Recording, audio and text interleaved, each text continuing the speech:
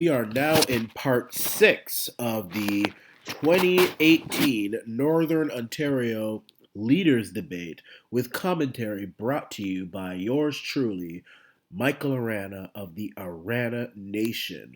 Get yourself comfortable. This is part 6. We are plugging away.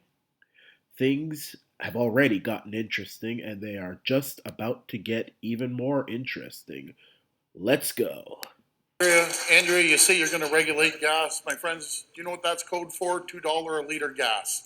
You see it out in BC with their cap and trade or their carbon tax, the worst tax you could ever see. It drives up the cost of every single good and service.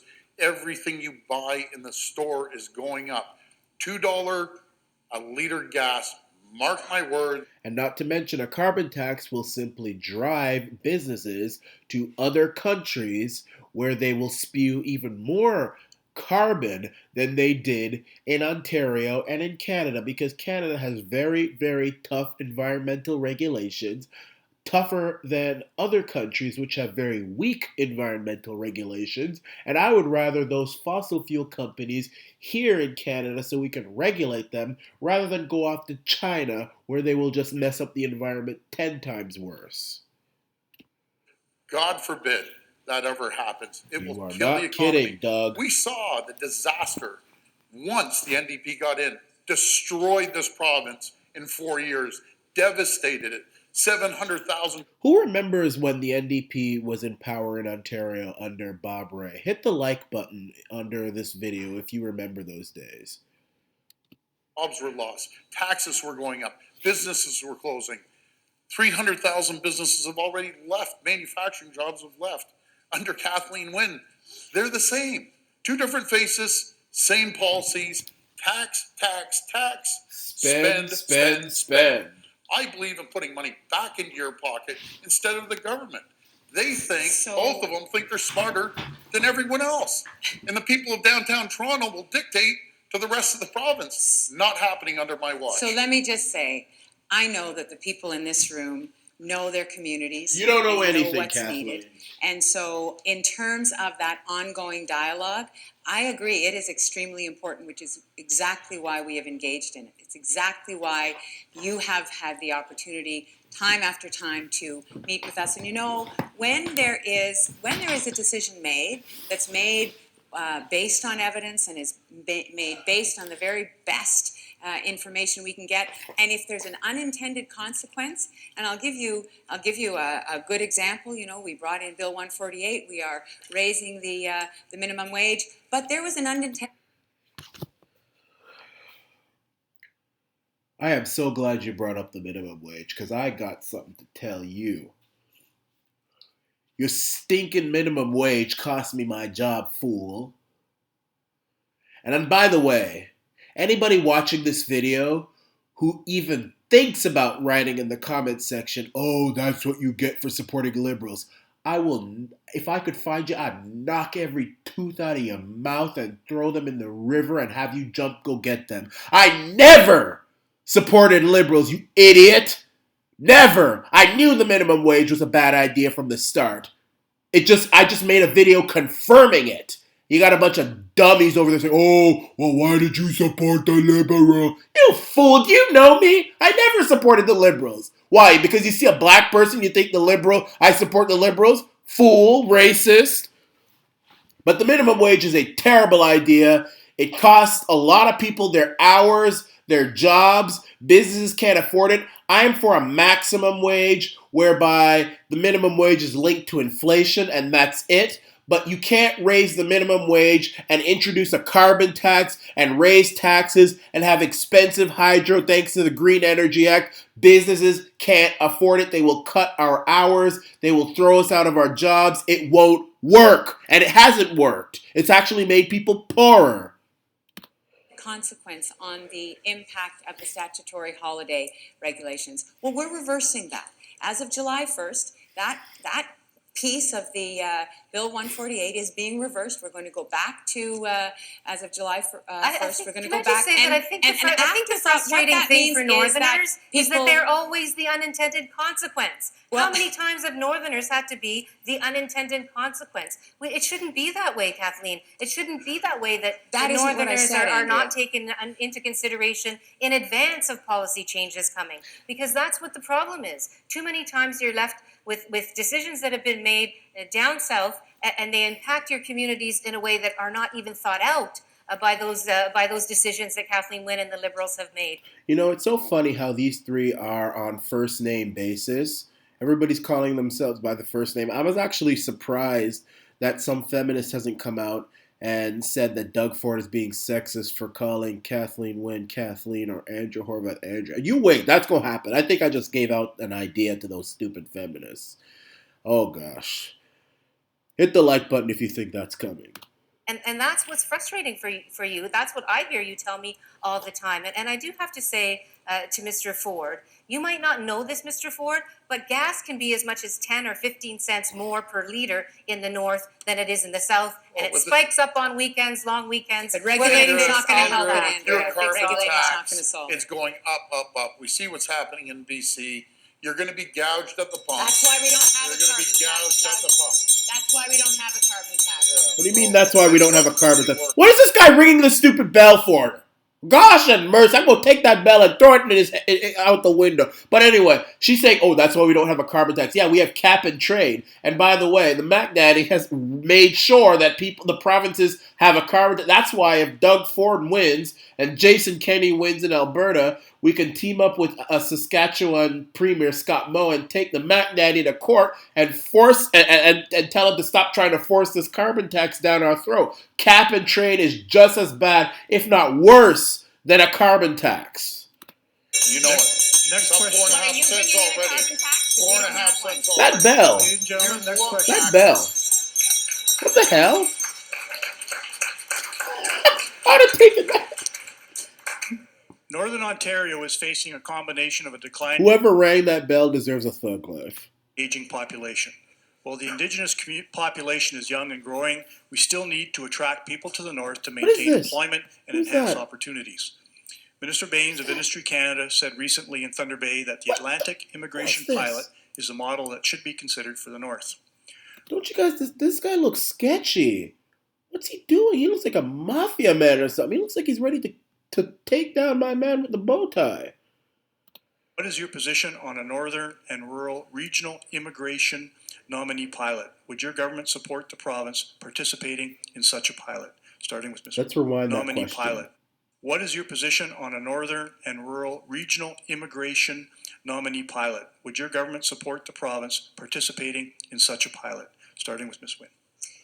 Thanks very much, Al. I believe that it's very important to have a regional economic development strategy. I think that because of the differences in Ontario, geographic, demographic, it's very important, which is why, for example, the Northern Ontario Heritage Fund exists, because we want to make sure that there are ways to invest specifically in northern priorities, and that the NOHFC will increase to $150 million as per our budget and our commitment. But we are in conversation with the federal government on the nominee program. We recognize that there is a need for more allocation to Ontario in a regional way. And yes, I would be very supportive of a pilot that would look at how can we. Hey, if you guys are interested in playing a Friday night drinking game, so get a drink and take a shot every time Kathleen Wynne does the boxer with her hands.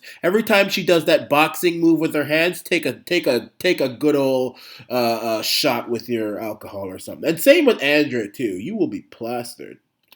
The people who are needed, the skills that are needed Doug doesn't around do this hand province, gestures whether that it's much. in agriculture in the near north, or whether it's in mining, or whether it's in other sectors. We need to make sure that that regional strategy exists. We've begun it She at does the the provincial same level, hand gestures but we over and over. We would certainly be open to working with the federal government on that.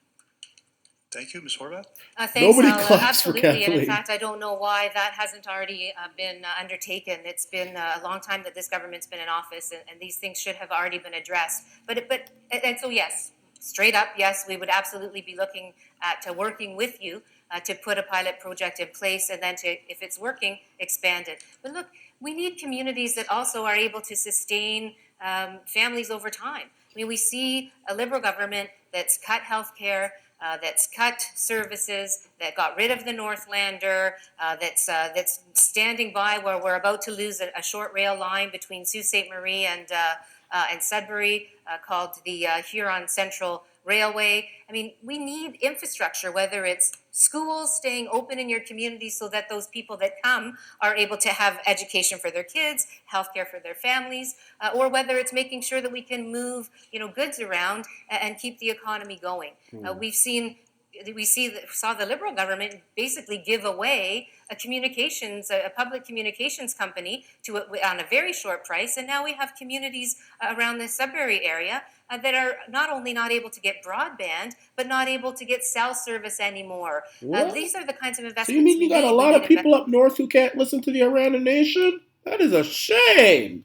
In broadband, we need investments in infrastructure. We need to make sure that the roads and highways are safe for people. We need highway expansion. These are the kinds of things that will help. We need to put the 407 back in public hands. That's the only thing I support putting back in public hands. And the 407 needs to be free of charge as well, the toll road in Greater Toronto area. Those people that we attract to come to the northern communities to stay here and build a good life here. And also, hopefully, keep some of our young people here as well and not have them forced to go down south for economic opportunity. Thank you. Start the open debate. Yeah, but what if they don't like the weather up north, I'd be more than happy. I'm sorry, Mr. Ford, proceed. I'd be more than happy to sit down and talk to the folks and look at a pilot project. But number one, I'm a pretty generous guy. I'm taking care of our own first. Once we take care of our own, we exhaust every single avenue, and we don't have anyone that can fulfill the job, then I'd be open to that. Amen.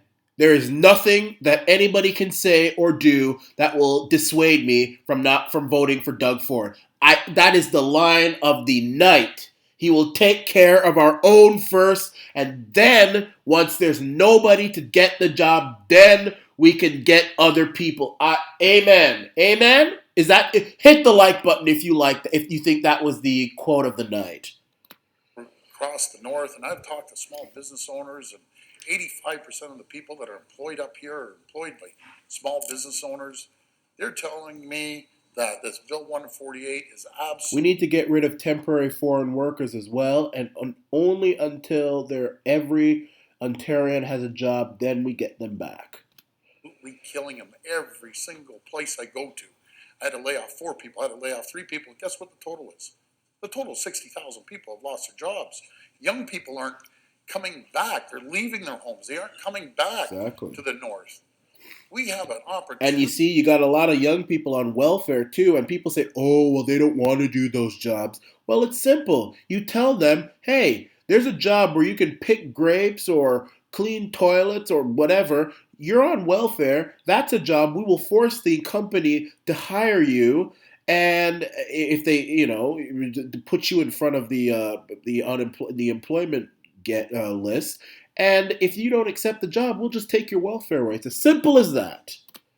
Of a lifetime in the north. We have all the resources. We have some of the brightest people when it comes to forestry and mining and business. But they need the opportunity. I've heard one thing: cut this red tape and regulations. I talked to an owner of a gold mine, and it's taken him 7 years to get permits. We're going to cut through the red tape, get rid of the regulation. I'm going to make sure we have proper transportation to get from point A, from Cochrane, down to Toronto if they ever want to visit. I'm going to reinstate the Northlander. Kathleen, you got rid of the Northlander. And Andrea, you sat by and did nothing You didn't defend the people when it came to Because the she's a North. puppet. You just agreed with your So counterpart. Actually, Yeah. I still have Absolutely a couple wrong, seconds left, Andrew. Yeah, exactly. That's what I'm going to do. I'm going to have. But you know, he talked about transportation in the North. Apparently, the North has very, very, very sucky transportation. I don't know. Do you guys know about that or anything? The economy booming up here. I'm going to work with the colleges for trades because there's a lack of tradespeople. I went to a welding company the other day. They didn't have enough people that could weld. We have to start getting involved, working cohesively with the college. Good. And with that, we are going to go.